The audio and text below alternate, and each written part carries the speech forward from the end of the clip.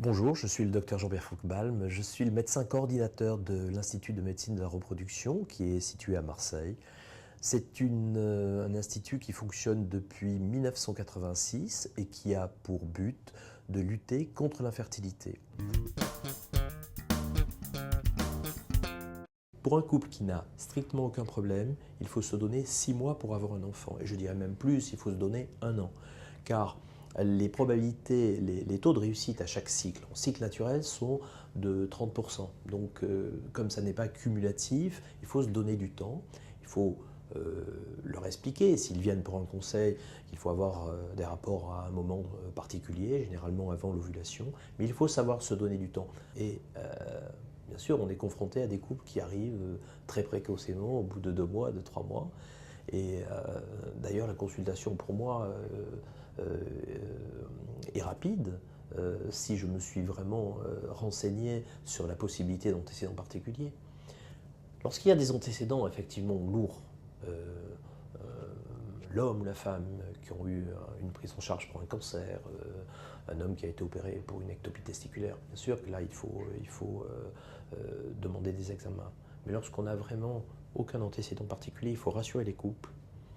Il ne faut pas leur prescrire d'examen et il faut leur donner les bons conseils pour avoir des rapports dans de bonnes conditions. Car il n'y a rien de mieux que de faire un bébé sous la couette. Il faut savoir, on dissocie toujours l'homme ou la femme, mais on a quand même, dans je sais pas, 30%, 40% des cas, des pathologies qui sont multifactorielles. Parce que l'enfant se faisant à deux, nous avons souvent des indications qui portent à la fois sur l'homme et sur la femme. La femme a un problème d'ovulation, l'homme a une petite insuffisance spermatique, les deux font qu'ils n'arrivent pas à obtenir un enfant. Il y a des femmes qui ont des troubles ovulatoires qui sont compensés par l'homme qui a un très bon spermogramme, et à l'inverse, un homme qui a un spermogramme de moins bonne qualité, qui est compensé, et qu'on ne connaîtra jamais d'ailleurs, parce que sa femme n'a strictement aucun problème, parce qu'ils ont des rapports dans de très bonnes conditions, et que son insuffisance spermatique ne sera jamais démasquée. Donc, on a quand même très souvent des problèmes multifactoriels. Alors, bien sûr que la stérilité à la base, la mise en place de la fécondation in vitro à la base, c'était quoi? C'était les femmes qui n'avaient pas de trompe. Effectivement, ce sont des femmes stériles. Elles n'ont pas de trompe. Et puis de l'autre côté, l'inverse, c'est l'homme qui n'a pas de spermatozoïdes. Voilà, les deux stérilités. On est stérile dans ces cas-là. On n'a pas de trompe ou on n'a pas de spermatozoïdes. Mais après, entre les deux, on est infertile. Et c'est à ce moment-là que l'on va poser une indication en fonction du degré d'infertilité. Je crois qu'il ne faut pas attendre trop pour faire un bébé. Même si des fois, même si souvent, c'est difficile pour une femme parce qu'on lui demande des sacrifices. Une femme qui fait un enfant, elle peut être obligée de mettre entre parenthèses sa profession, sa carrière professionnelle, ses études.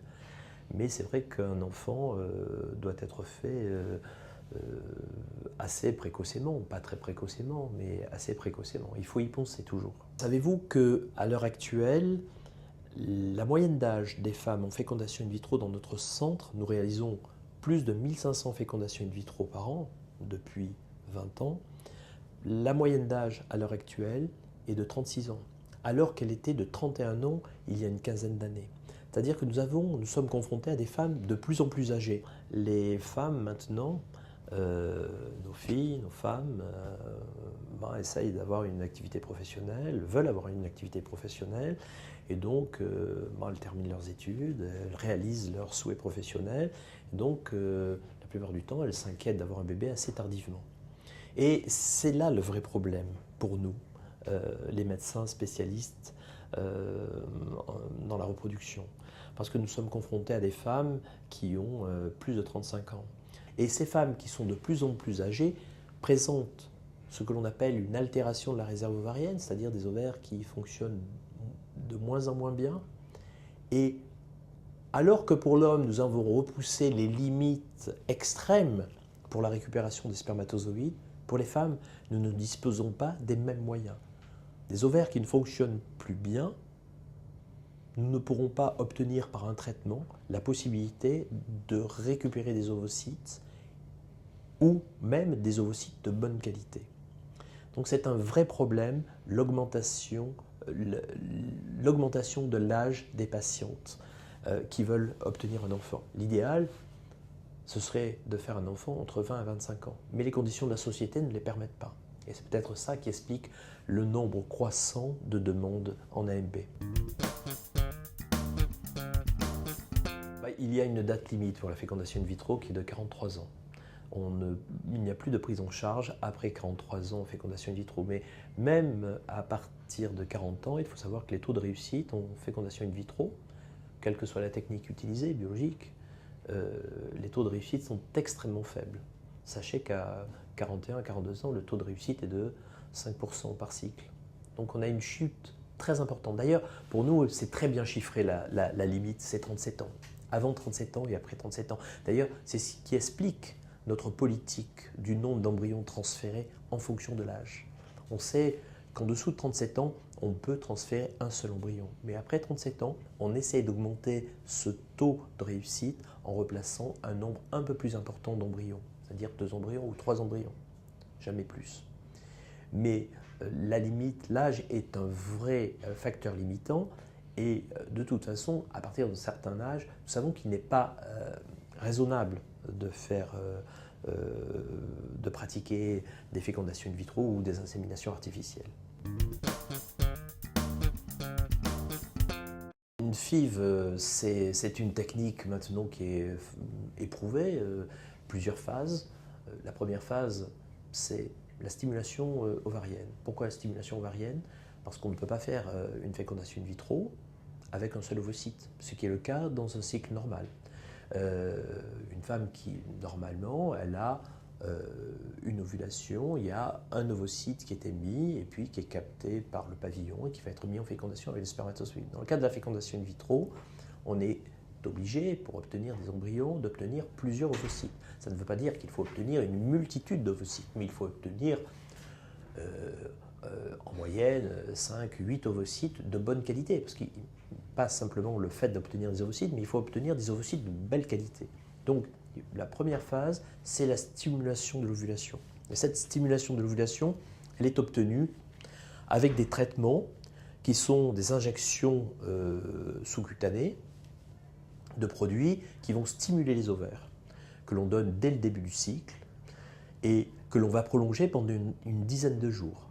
Pendant 10 jours, il va y avoir des échographies, des dosages biologiques, et ceux-ci vont nous permettre de suivre la croissance des follicules, qui ne doit pas être trop importante, mais parfois qui est très insuffisante également, parce que la femme présente une altération de la réserve ovarienne. Donc tout ça, c'est une cuisine qui permet de nous mettre dans de bonnes conditions pour mettre en fécondation ces ovocytes de bonne qualité. Maintenant, il est à la fois qualitatif et quantitatif, mais les deux doivent être liés. Ce n'est pas un concours, ce n'est pas le but d'obtenir 25 ovocytes, ça n'a aucun intérêt d'obtenir un très grand nombre d'ovocytes.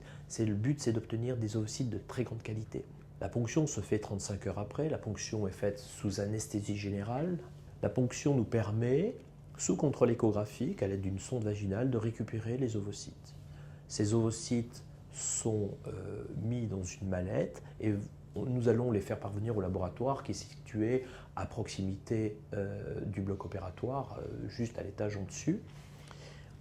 Une chose très importante, c'est que à toutes ces étapes, nous vérifions la traçabilité des ovocytes. D'ailleurs, nous sommes devenus des véritables contrôleurs de l'identité à tous les stades et il faut que les couples d'ailleurs l'acceptent parfaitement bien, que l'on fasse ces contrôles d'identité permanents, car nous devons toujours nous assurer que les gamètes correspondent parfaitement bien au couple que nous traitons. Nous ne traitons jamais 2 couples à la fois sur une paillasse biologique. Faisons très attention à cela. Les ovocytes sont recueillis, sont récupérés, et puis il va y avoir la préparation du sperme. L'homme va donner ses spermatozoïdes. Donc, Il passe dans des box, on fait le recueil de sperme et on prépare le sperme. Parfois, ces spermatozoïdes auront été congelés. Congelés parce que dans des cas d'insuffisance spermatique extrême, on fait faire plusieurs spermogrammes et on arrive à cumuler et à préparer les spermatozoïdes pour qu'au bon moment, on puisse avoir en quantité des spermatozoïdes satisfaisants. Parfois, il s'agit de prélèvements testiculaires. Lorsqu'il s'agit d'hommes azoospermes et que l'on a fait les prélèvements et qu'on a congelé ces spermatozoïdes, on va mettre en fécondation les ovocytes et les spermatozoïdes. Et puis, ils sont mis dans une étuve à bonne température, surveillés au bout d'1 jour, et puis au bout de 2 jours. Là, généralement, on a des éléments nous donnant un pronostic pour l'obtention d'embryons. On a ces embryons, on les regarde, on les classe. Généralement, le médecin qui a pris en charge le couple a discuté avec eux du nombre d'embryons à replacer, en les ayant avertis des risques de grossesse gémellaire, grossesse multiple, mais que l'on rencontre de moins en moins. Nous n'avons pratiquement plus de grossesse triple à l'heure actuelle. Et donc, le médecin aura discuté avec le couple du nombre d'embryons à replacer, mais on peut être amené à réévaluer le nombre d'embryons en fonction de la qualité et de ce qui a été obtenu au laboratoire.